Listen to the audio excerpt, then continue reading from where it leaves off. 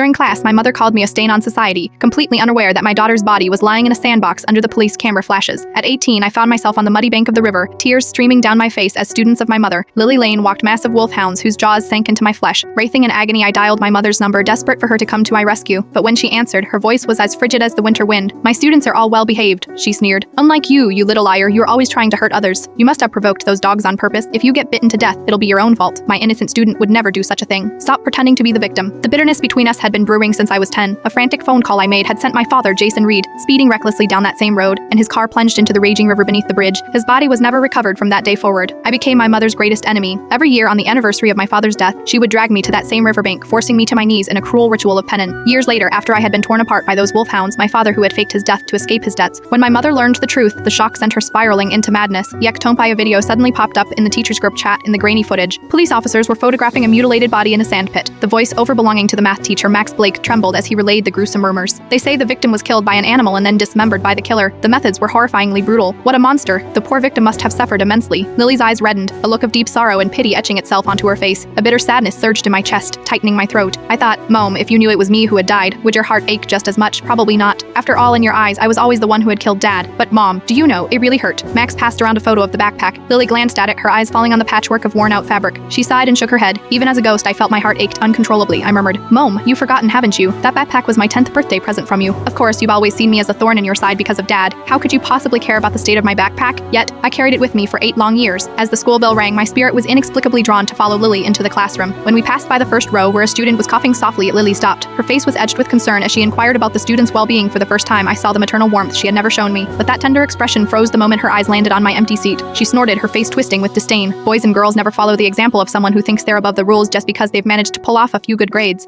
A troublemaker is a troublemaker. In the end, they'll only become worthless scum, a stain on society." The students remained unfazed, having heard such words countless times before. No matter how well I performed academically, or how much I contributed to the class, I was always the black sheep in her eyes. In her eyes, I would always be the worst, the most foolish student, the most wicked and vindictive daughter. All that remained was a dull, searing pain, as if my heart had been carved with a blunt blade. I realized then that heartache never becomes easier to bear. As soon as the bell rang to signal the end of class, Lily stormed over to the assistant principal, Michael Smith, urging him to give me a major demerit and announce it to the entire school. She couldn't wait for another opportunity to humiliate me in front of everyone. Only when Michael nodded in agreement did her face finally break into a rare smile. It was as if the more she hurt me, the lighter her own burden became hearing the commotion. George Roberts, the principal, hurried over. His face was filled with concern as he asked, "Samantha has always been well-behaved and obedient. She's not the type to skip class without reason. Surely something must have happened to her. What could happen to a murderer like her? She's probably just being lazy, dodging class."